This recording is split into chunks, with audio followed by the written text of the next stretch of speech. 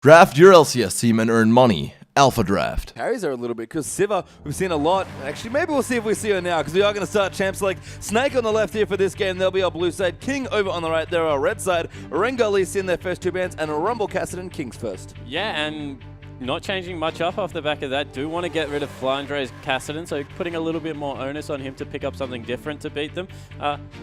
I think that King were reasonably happy with how their team's champion select went, but they did go all in on that late game. If they hadn't have been able to pull up the first gank they had in the top lane, that game could have been very different. Yeah, and really strong lane swapping and rotations in the early game by King, but Snake fought a really hard mid game. That was an impressive game for for King to win, as Jarvan is the next pick there for Snake, or next ban I should say.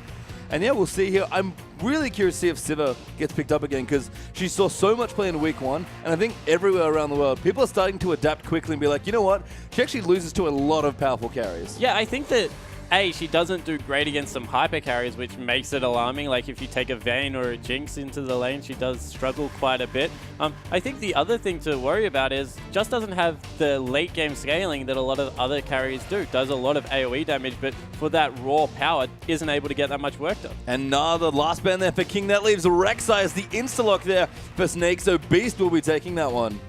Yeah, and we've seen a lot of Rek'Sai mixed results. I think that Rek'Sai definitely is the cream of the crop when it comes to junglers. Just does so much early game and transitions well late. And wow, we see double AP coming out of King this time around with Azir for late game and a lot of lockdown coming from that Lissandra in the top lane. Yeah, those are some really good picks. And I just noticed, by the way, that King banned 3 top laners here for Flandre. Those, I think, are the only... No, he hasn't played Naya yet. He played Aurelia, so he has that there as well. But oh my god, Crystal going back to Tristana and Janna there as well for Ella. Yeah, and this is another late game carry that isn't really punished a lot by Sivir. Sivir wins the lane, but doesn't have much kill potential because of how Tristana works out. So that is a very strong lane matchup late game to come out. We actually saw some different item builds being focused by Tristana when you do have that Janna for all the extra AD. I would be expecting King to maybe go something like a Corki this game. Wushin very comfortable on that to maybe try and bully this Trist around.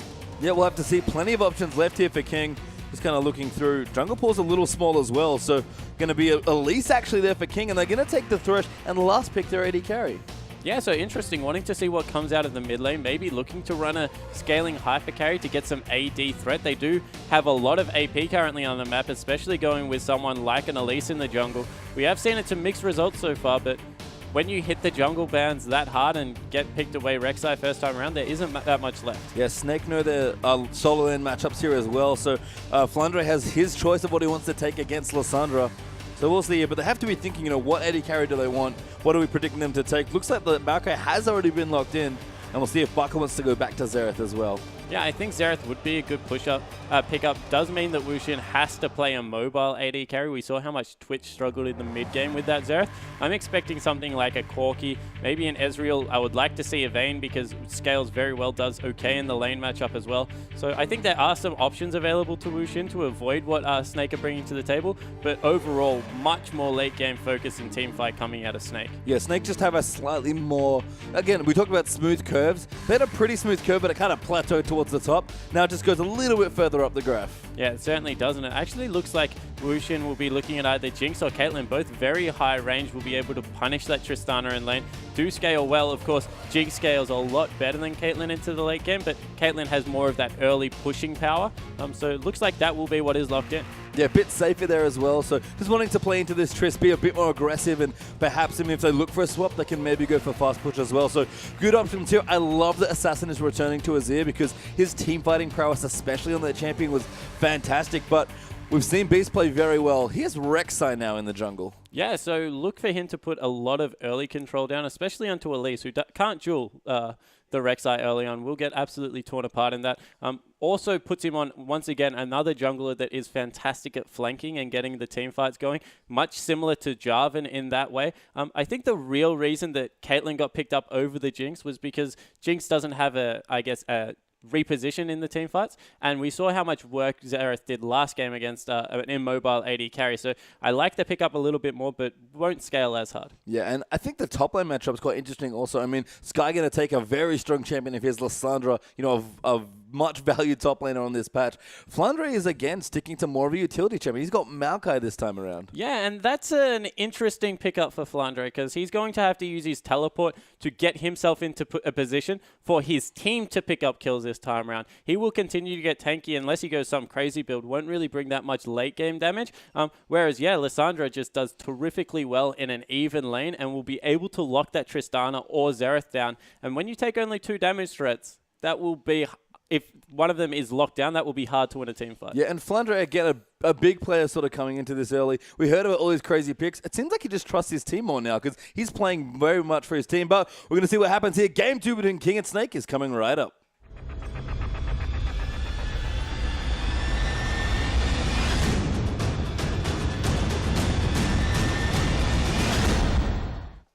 All right, welcome back, everyone. We are onto the Rift here for Game 1. Snake are on the blue side this time around, down a game here. King are up a game here on the red side, looking for the 2-0. Yeah, certainly. And this time around, a lot more of a standard lane matchup with everyone just fanning out across the map.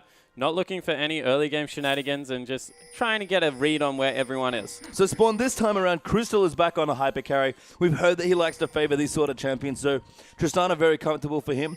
How is the matchup maybe going to play? How much can Woosh actually punish with this Caitlyn? Yeah, I think Wushin can punish very well. I think that especially with 2 hook targets, Janna can be death sentences and taken down extremely low. And more importantly, no sustain coming out of the Janna lane early. So with the additional range, we'll be able to definitely put down a lot of pressure on this early Tristana pick. We'll see. And if we do break out in the standard lanes, it'll be pretty interesting for some of these matchups. Lissandra Maokai is interesting to me as well. Feels like Flandre obviously is Maokai. Just wants to be a bit safe and farm up as much as he can. Yeah, Maokai actually has a great level 2 kind of all-in against Lissandra because of how Lissandra plays. You can W onto her and start punching her in the head and really doesn't have that much of a response early game. We'll also get through a lot of the early CC if he picks up some Merc Treads. So Maokai can farm completely fine, can put a little bit of pressure on early, but then it will just turn into a farm fest. Yeah, we'll have to see here. Same matchup again in the mid, so a lot of farming between these two last time. I imagine Baka and Assassin will revisit that sort of lane as we actually do start with a bit of poke there from Baka.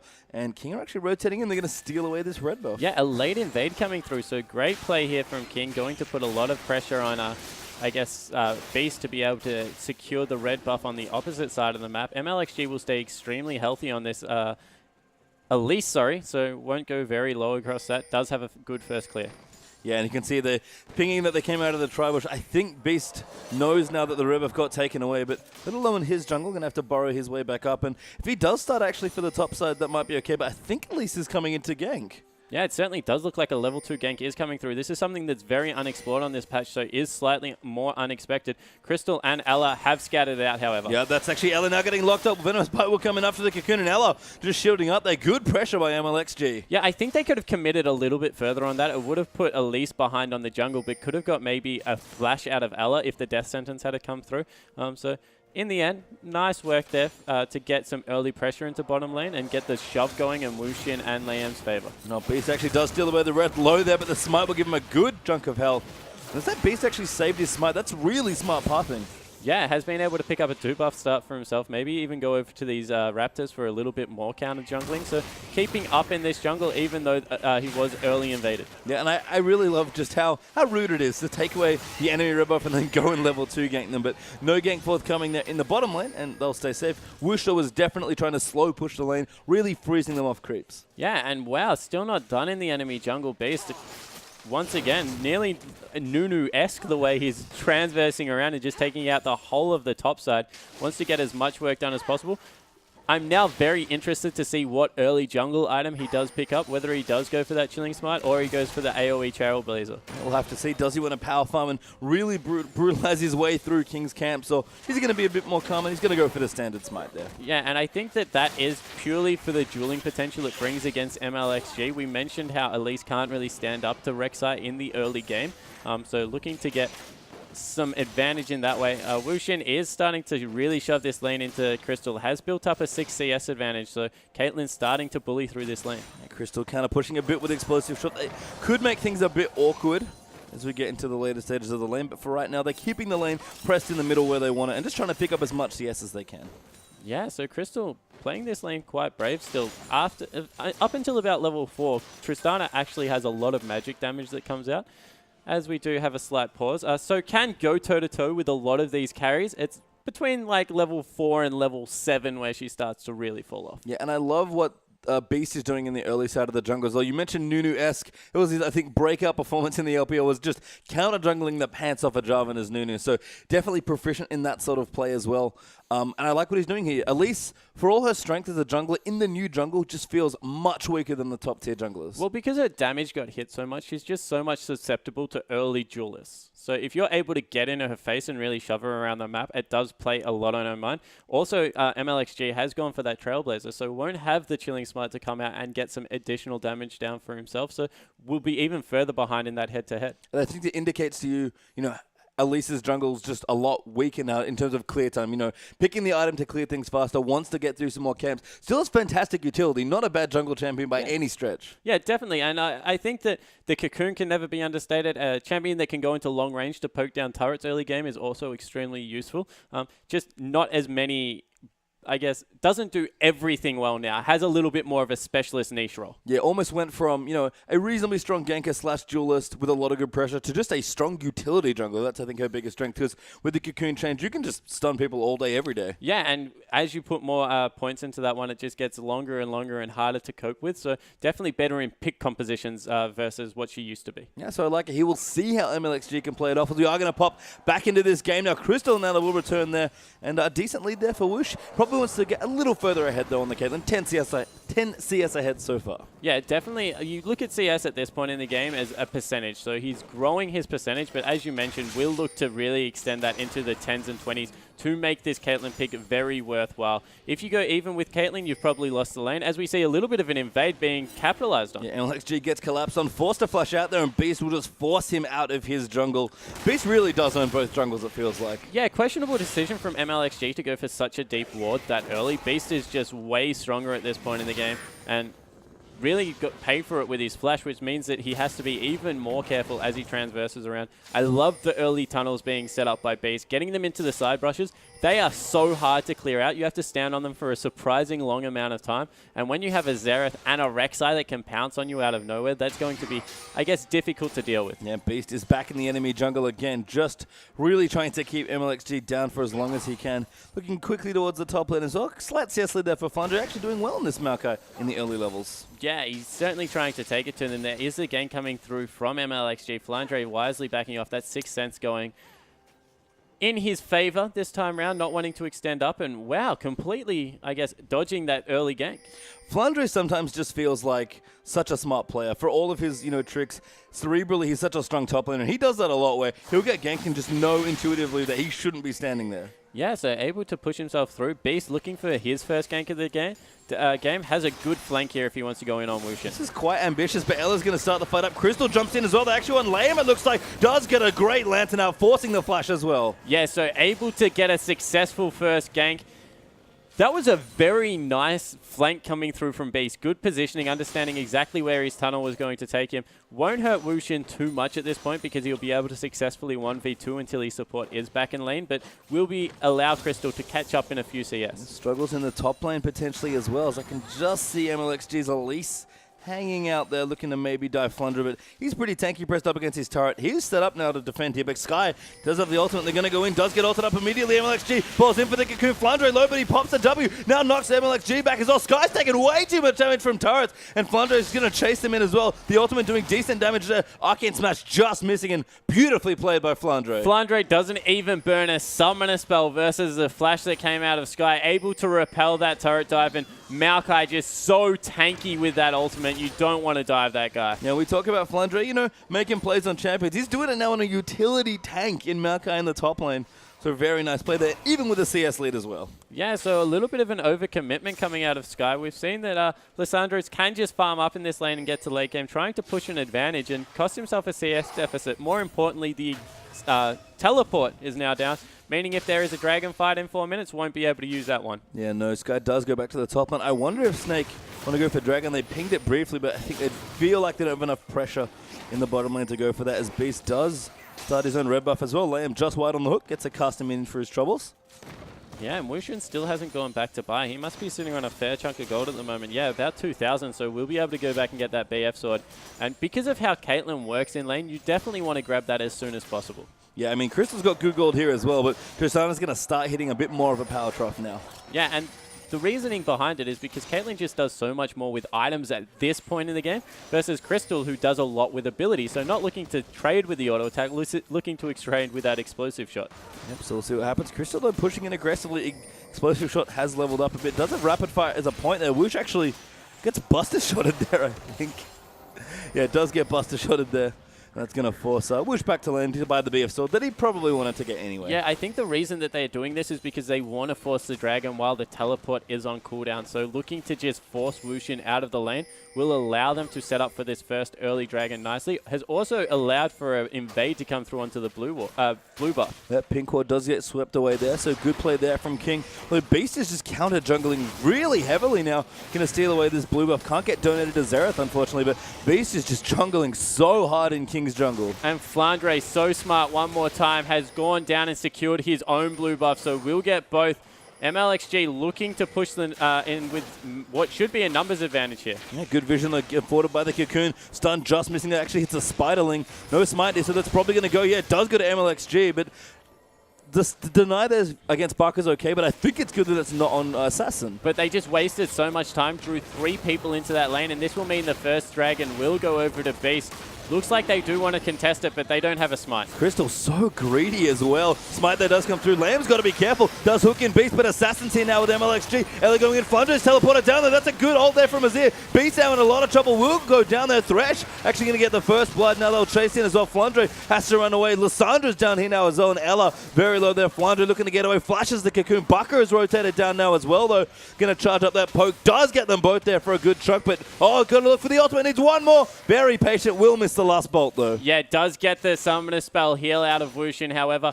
Able to get a kill, but it goes over onto the support. Maybe not what they were looking for, and King do secure the first dragon. And that was, I called it greedy from Snake because that was a dragon dung without Crystal backing at all. Now as an Avarice Blade in the BF, so that would have made that dragon much cleaner. Yeah, sorry, that was Snake that picked up the first dragon. Ultimate coming through from Rek'Sai, just used to farm up the jungle, so nothing much happening here. We'll maybe even take a look at this bottom lane trying to get a gank, maybe claim the double buffs back. Yeah, Woosh actually low stayed here as well. Yeah, Crystal's going in. He's like, yeah, you should not do that. Oh, Beast coming in, but will miss it. Good lantern there by Lamb. Yeah, maybe going a little bit early. Could have waited for Beast to get a bit better positioning, but there were some wards scouting that one out, so we'll just go back to a little bit of standard lanes. Gold advantage is in King's favor because of that first blood, but Snake do have the dragon. And looking back towards the top lane, Flandre following up a little bit behind Sky, but will catch up on CS. Actually has a Crystal Embracer in his inventory along with the Catalyst, so Righteous Glory will be coming through now as well. Yeah, it certainly looks like that will be the way. Not going for any early damage, just going pure tank. And will be interesting to see if they compensate that by letting Beast go a little bit more carry-orientated on this Rek'Sai in the jungle.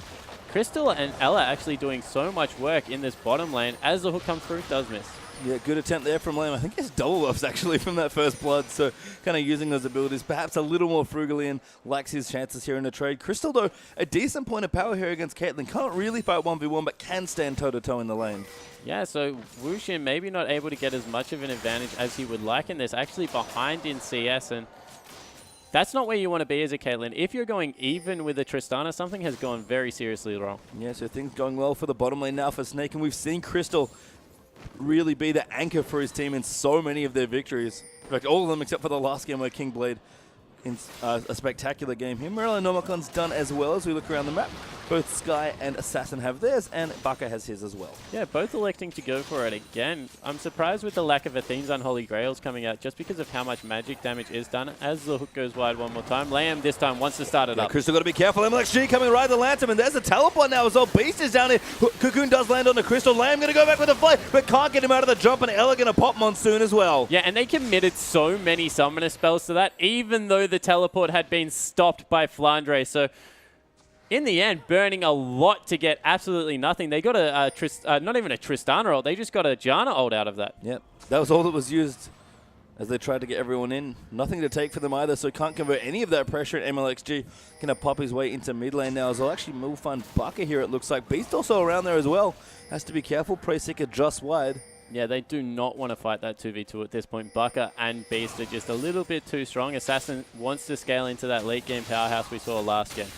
And I guess looking at team compositions here, we actually might have a bit of a scuffle. Baka does get the Q on there. Assassin taking a good amount of damage. Beast gets knocked back though, will QE out as well, and he'll be safe for now. Yeah, gets a lot of gap close with that QE to get himself back to safety, but has to burn the ultimate to do so. So that means if Beast comes back anytime soon, we'll be able to affect that mid lane game. Yeah, Cocoon going wide there for Elise as well, so no dice on the 2v2 there by King.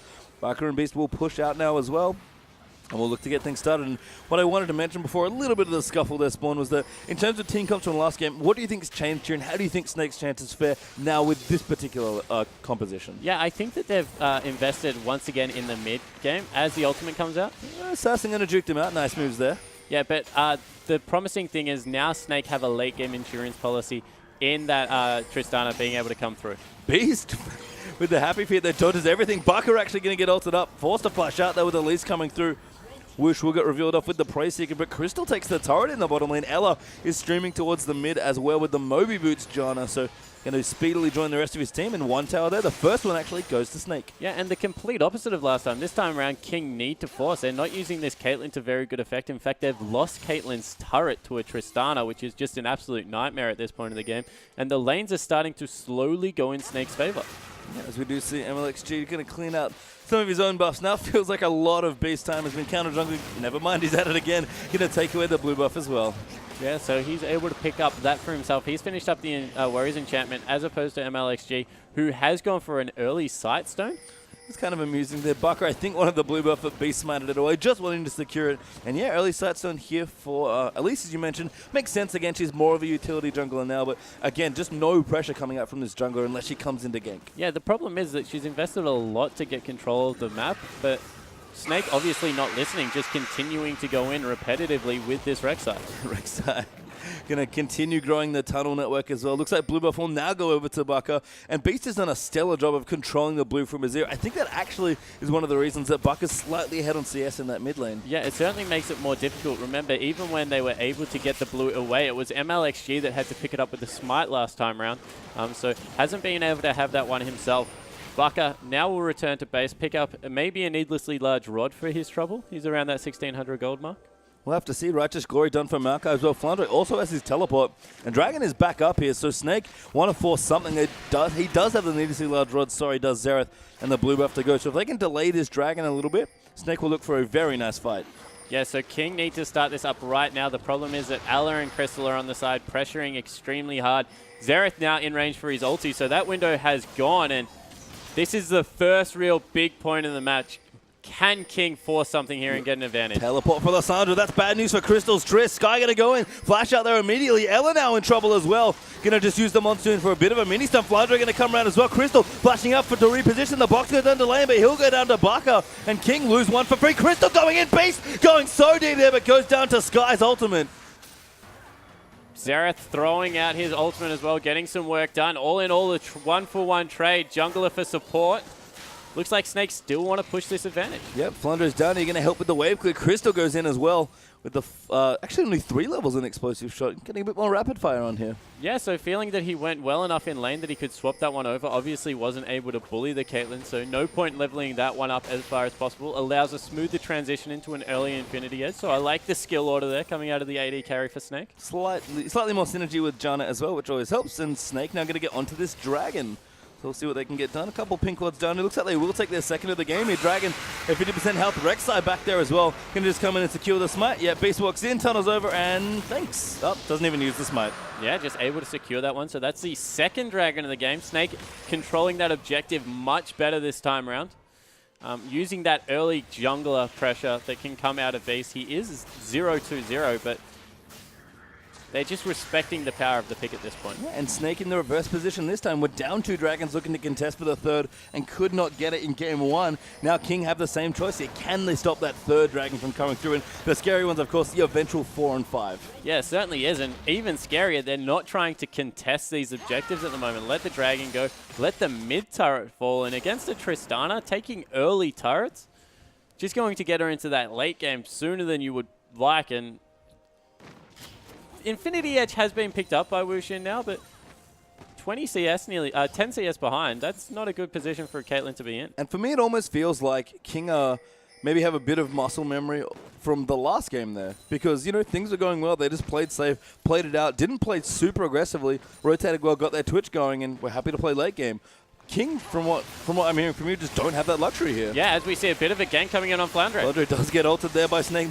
Sorry, by Alessandro now. Actually in trouble, trying to run away with the ultimate, but Beast is down here as well. Can he find the knockup? Flandre still alive for a brief second. Does go in with a W. Good three-man Arcane Smash as well, but not enough. And here comes the Xerath ulti though. Good flash out there from MLX3. Great Cocoon as well. They'll get away with it. He lived for ages, and now there's a fight in the river. Oh, Bucker in trouble. Forced to flash there. Monsoon comes out, and Beast wants to get the kill. That's a good flash on Burrow, and Beast claims that kill. Yeah, and Assassin burning his flash at the end as well as the heal for a little bit of naught. So getting some summoner spells as well. That's always nice. And Beast starting to get this jungle pick to work for him. They did put a lot of priority on it. Flandre just takes forever to die. He does. I mean, and again, he always does the right thing by his team, it seems. That whether it's, you know, engaging in, poking in back and forth. Looks like a flay actually came there from Ella. Got to be in trouble. Hook there as well. Ella probably not getting out of that one. And no, MLXG claims that kill. Beast is like, hey, man, I just wanted to take this outer turret. Yeah, Crystal looking to rotate up into this outer turret as well. Sky looking to join. Oh, actually teleport coming in for Flandre, wanting to fight, but it's 3v2 right now. Flandre under the tower looking to go in onto Lay, and Beast trusts his damage as well. The Unburrow does come through, but it's taking a little bit too much damage. Elise is low, and Beast will get the kill, but it looks like he'll pay for it. Crystal's here as well, though. Just jumped into the top. Sky going back in, does get killed about Whoosh now. Picks up Flandre. What on earth was that? That play from Sky was incredible, going back to the E from Lissandra and able to pick up a return kill. Made sure that it was even, and they defend the turret. Wuxian pick up a much-needed kill and able to push down this top lane. What a play. Only in China do the AD carries end up ganking in the top lane, as Whoosh now is going to look to kill this outer turret and make it their first actually here for King. Yeah, and they're finally able to get something going. A very greedy play coming out of Flandre that time around. Probably the first teleport I've seen that hasn't gone his way as we take a look at it. So they're able to catch up Beast, and Flandre teleports in from here. I just feel they overcommit. They go in, they're not able to take anyone out. The Repel is just too strong of a weapon in these turret dives. No one's going down. And check out Sky's mechanics here. Ease through the Tristana and locks her back up under the turret. So even though she dies, able to give the kill over to Wuxian. Yeah, really nice. And again, no idea what the AD carries are doing roaming top lane, but it works out for sure there as King pick up their first tower of the game. And some kills there onto Caitlyn. Whoosh now 2-0-1, getting that Caitlyn rolling. But Crystal's Tristana also going, did get gold in that fight as well. Picking up blue buff, actually. 2-1-1 with the static shift, almost completed to accompany that IE. Yeah, certainly. So now that gold regeneration item will be there, we'll be looking to farm up a side lane. Tristana really does need a 3-item spike, doesn't really settle for the 2. Caitlyn with the added range will be happy to just walk around with the static shiv. I think that now the onus is on the mid laners for the next couple of minutes. We've gone through the early stage where Caitlyn should really be bullying.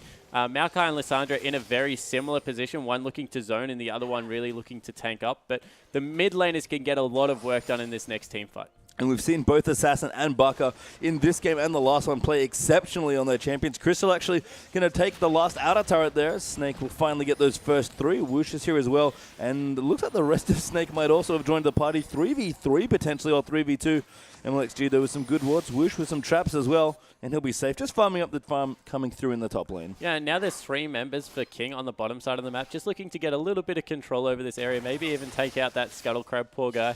Yep, never lives to tell the tale here as Sky will team up with Assassin to take him out. Dragon up in a minute 10 as well, so that is the next objective for both these teams. And again, King want to contest for this 3rd Dragon here. Yeah, they certainly do. This is the point of the game where they can use the 2-item power spike out of Wuxian to maybe take some control back. But a lot of it is on Assassin to get a good Emperor's Divide and keep his team safe. Yep, and Assassin's played well so far. Doesn't quite have the items that he might like, but Bucker also building up to his 2 items. Looks like Zonni's going to be his 2nd. And we have a Stinger, I guess, for transitional purposes there for Assassin with a Blasting One building into any number of items. Yeah, you would think that that would be the death cap this time around. It's only really the Maokai he has to worry about getting on top of him.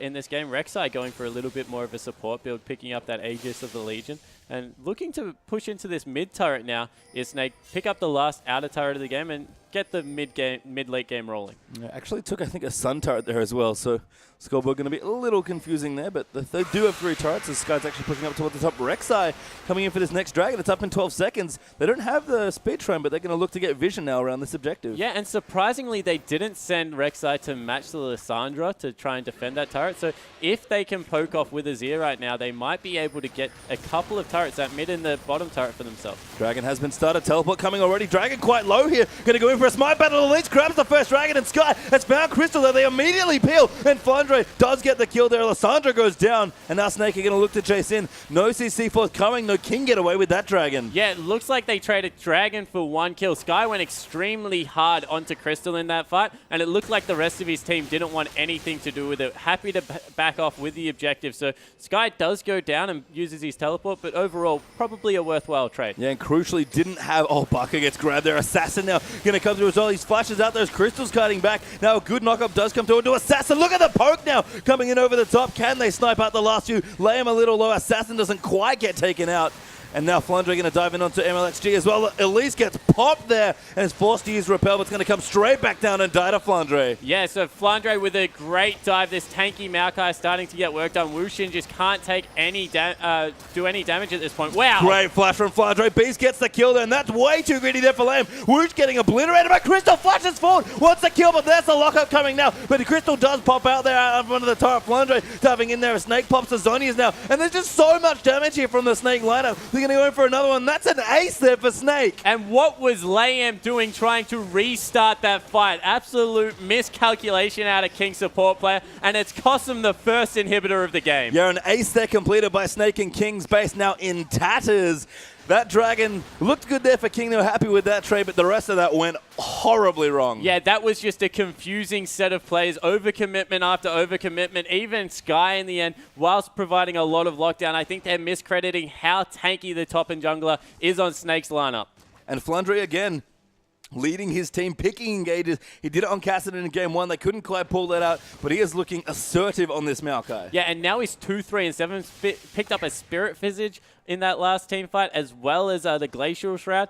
He's going to be absolutely unkillable by this Caitlyn until she gets the Last Whisper and maybe even a Bloodthirster on top of it. And the scariest thing for me is that was Crystal at a relatively underpowered point in Tristana. Now he's almost finished the Bloodthirster as well. Got a BF sword off that back to go with the Vamp Scepter.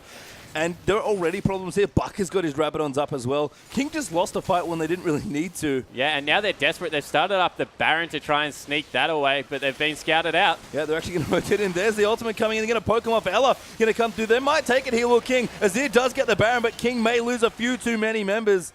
Are going to be able to get out of the way. That's a good scrying over. Beast looks to chase him. Bucker eats a Yordle snap trap on lunch break there with a Cupcake. Good Pro Seeker, but a nice Azir ult to block them off. Yeah, and complete control over that Baron area. Really nice turnaround for King here. We'll be able to stall out the game, but they will lose maybe a top turret. If they lose a second inhibitor for it, that is definitely not worth. No Crystal coming up as well. Tristana, level 13. That's pretty long range there, and it's got max Q points as well. So this tower could fall quickly. Ella can also help out with the shield as well, and Snake are probably happy to force a fight here. Yeah, they need to keep one member around that mid wave to really push those super creeps out. Not willing to commit someone whilst there was a wave in the top lane, but now they'll be able to juggle someone back and forth. So overall, good strategic play coming out of King. Just going to go for the siege. Flandre so tanky. Just each a bunch of tower shots. Crystal does good damage there. Jumps out from under Sky. Oh, he gets popped there as well. Lissandra in trouble. That's going to force him out. Buck and no ulti, so he can't go for the snipes. But that's good pressure for Snake on this turret. Yeah, we mentioned how important the mid laners are. That siege coming out of Xerath at this point in the game is terrifying with the Morellonomicon, the boots, and the Death Cap just doing so much poke damage. Beast does get chunked a little bit there. Assassin quite strong actually at this point. Yeah, so Assassin returning it, saying anything you can do, hey, I can poke too. Yeah. And again, the battle of the poke mid laners comes through. Snake 5,000 gold ahead in this particular game. 7-1 in turrets as well as a massive number. Looking for the last tier 2 here as well, I believe. And a good play back, actually. Flandre very tanky, though. Eats all that damage. Ooh, Ella, Assassin. Does not want to eat it. Sky He really wants Crystal Beast with a good knock-up. Sky, great ultimate on top of himself to keep him alive. And Flandre back in the top there. They're just going to back off here. Oh, hook just went onto Bucker as well. He's actually going to pop his ulti. Try and poke them off. Does dodge the last few bolts, though. Does whoosh. And this extended siege is going on for quite a while. Baron buff is doing work in the counter push. Yeah, but all the meanwhile, there's super minions on the Nexus turret. So I love the way that Baka uses this Xerath ultimate, by the way, to just push people off objectives. We'll be able to grab the blue buff away for it as well now and pick up another turret. So overall, Snake maybe coming out ahead even with the Baron buff on King. Yeah, Beast coming back there as well. Actually popped the Locket very quickly to nice and poke damage there from Azir. So really strong reflexes there from Beast. They're just trying to continue to siege. Still got the super minions pushing like you mentioned. Although getting forced out pretty aggressively. Lissandra not going to go in that time. Yeah, still doesn't have ultimate, so using that E just for a little bit of zone prowess. They are still trying to push into these super creeps. They just take so much killing when they've got Baron buff. Yeah, Baron is not a joke here, and these creeps are doing work, but Baron is not too far left here. You have to think here on the King members. So Snake will continue pushing. They're committing here. More than happy to just kind of lay in and have an extended siege. Yeah, the problem is that the top lane has reversed, not in their favor now. So that's pushing in King's favor. So if they don't get this turret now, you feel they have to back away and maybe go back to some wave management. You know what? I'm very glad you brought that up because Snake are the team that are known for exceptional wave management. Liam actually looking for the flash. There's Lissandra going to go in as well. That's a good 3-man W, but Sky going to get eaten alive there by Flandre and a good reset for the Monsoon there by Ela. That was a free kill for Snake. Sky didn't even get his ultimate off in that dive.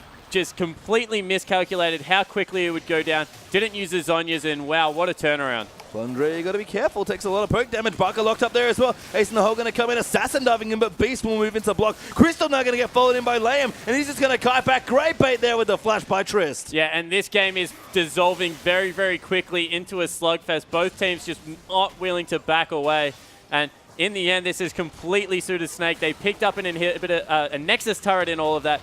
Pick up the last second tier turret as well. So they're going to go back, pick themselves up the dragon, and they are so far ahead. Yeah, bought themselves enough time to get the third dragon for themselves as well. So what a play here by Snake. And look at that gold lead. 8,000 gold ahead now for Snake.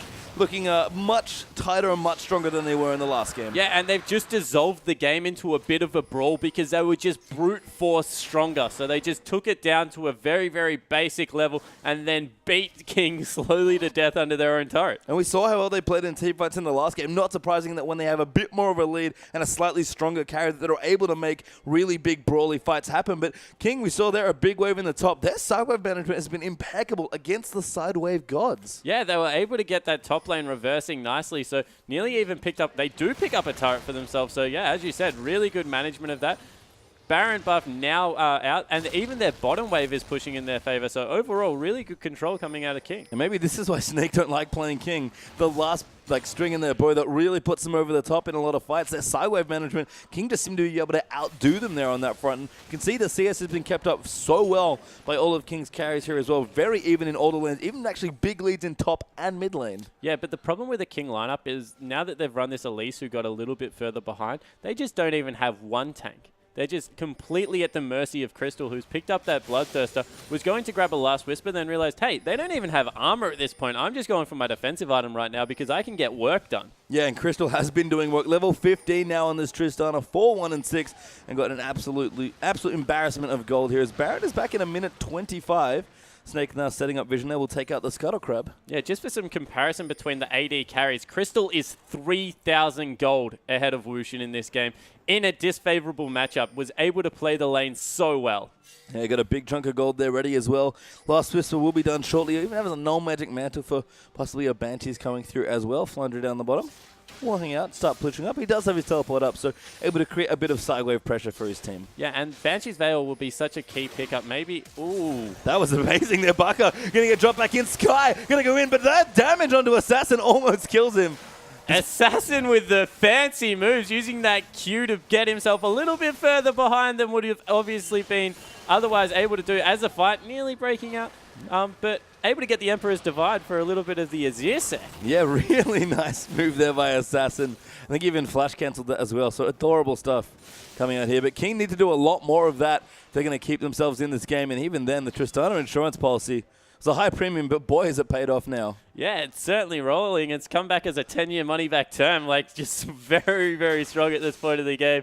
And Wushin just doesn't have the answers. Has been able to pick up 3 items for himself. Has had to go for that Last Whisper, however, so won't have the sustain in these long fights. And I love Ela just seems to want to protect Crystal so much here. He's got Captain Boots on the Moby Janna. Of course, he's Janna as well, the great pillar. Still just sitting on the Spell Thief's edge. And Hazard McHale's now finished as well. Yeah, and just impeccable play from I think both supports have actually played very admirably this whole series. When you see supports like, I guess, control the map the way they have and use their abilities to be able to really put input on, as we have just a very... That's the thing about Rek'Sai Ultimate. I feel unless it does something, they need to turn down the volume a little bit. Well, Beast will make his way back into the mid lane here. Snake looking for a way to close out this game. The mid inhib has respawned as well, though, so King now a very obvious territory to defend, but Snake, they've got just such a big lead. Fight's going to have to go very wrong for King to keep themselves in this game. Yeah, and Snake, I think, can just fight around neutral objectives at this point. Dragon's back up, Baron's back up. They don't even really need to force anything, really. Actually, Dragon isn't up at the moment, so that's not a neutral objective they can fight over. But that just means that they don't even have to go near the turrets, don't have to risk the turret dives, can completely force them into neutral territory. Yeah, and an unbelievable amount of turrets going down as these turrets continue to fall. Assassin placing them around the map just for a bit of vision here. And again, really big waves here in the top and mid, especially the, bottom and top, especially the bottom there for King. But Snake are more than happy just to force a fight on Baron. Beast even zoning them out, getting some visual with the Tremor Sense. Yeah, so looking to fight over these neutral objectives, don't want to turret dive. The Frozen Heart's now being finished up on Flandre, so he's an absolute monster. Yeah, going to take a lot of killing. Yeah, Sky looked to a recall. I think got cancelled there by Beast W. I think he wants to come in with the home guards. That's the whole reason. Wow. Good stun. Great Lantern, though, keeps him alive. That's the Baron right there. The jungler being forced completely back. They'll be able to start that up whenever they so please. Yep, Beast's ult is almost up as well, so he was using his vision, and he knows he can get back to Smite if he needs to. There he's going to come tunneling back in, and King are just going to see if they can defend this Baron. Elise is back, so this will be quite the steal here if they can get it, but there's this poke coming in. Easy secure there for Snake. Yeah, and in response, they just elect to push the mid wave out as far as possible for Assassin. Now Yahoo will retreat out of there, and that's really disappointing play out of MLXG, getting caught like that. Oh, Beast actually now going to tunnel in as well. Does get locked up there by Sky, but he knocks him up now as well. Good ult there from Assassin to keep him alive, and Sky pops his zombies, but Snake are funneling in here. Baka got to be careful, flashes out Crystal, trying to get in there as well. MLXG tanking up nicely, and Wuxi at the bottom, they're just going on to find her, but he's so tanky, and Beast now jumping on Crystal around the side, going in for the resets, picks up the kill onto Wuxi. Rocket jumps forward, does go down though, gets the double, though, taking out Assassin. Yeah, and it's still not done. MLXG will also fall at the end of that fight, and you just see the difference in power between the AD carries. Crystal, just a little bit more damage, and look at the flashing health bars. If that was a hyper carry, would have gone completely different for King. Snake are just going in now. Don't want that dragon, although I think Ella's fighting Liam in towards the bottom, just being annoying. The minions actually take the turret there for King Liam, yet does force Ella out. Ella is being annoying, but might actually pay for it here. Does shield up. Good juke there as well. Buying so much time. That will actually be the game on the back of that. Really well played by Snake. Able to split 1-1.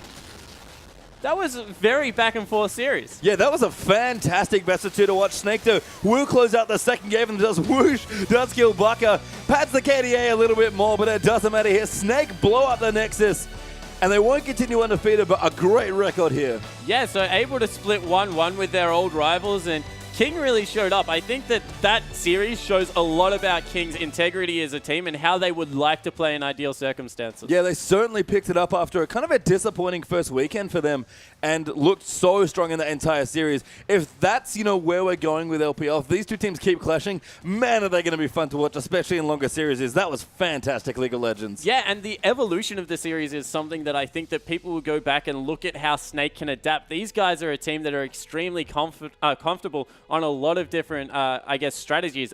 Able to take the late game this time around. Went for a more mid-game teamfight focus last time. So they've got a lot of feathers in their cap to be able to pull on at different times. Yeah, we are going to have a replay from that last game as well, so we'll cue it up. Spawn, take it away. Yeah, so we see here, I actually think this is one of the... so this is one of the earlier fights. This is where they just go completely ham. So they get the flank onto Baka and a really nice Emperor's Divide come through. But this is just how strong the poke is out of...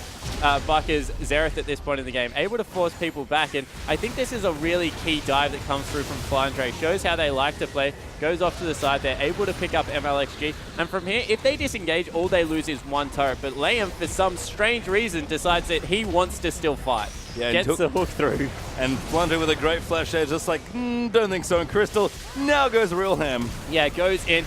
Sky locks a lot of people up under the turret, survives through Ultimate and Zhonya's for a very long time, but they're just too tanky at this point, able to wait that out. Does pick up Flandre, but in the end, an ace in the first inhibitor of the game. That was a really sloppy fight, and maybe the first mistake from King. Yeah, and the big turning point certainly in the game there for Snake, who just looked, again, when they play together as a team, their team fighting is immaculate, and maybe King in the first game especially got a little bit better of them in terms of team composition and strategy. But man, when these teams brawl, they brawl hard, and it's just so fun to watch. Yeah, and I think that if you're going to watch a part of that series again, just watch the bottom turret, because that is exactly how Snake like to play the game. Well, we'll have to see, you guys. We're going to take a quick break. We have more LPL coming up today. Don't go anywhere. We'll be right back for match number 2.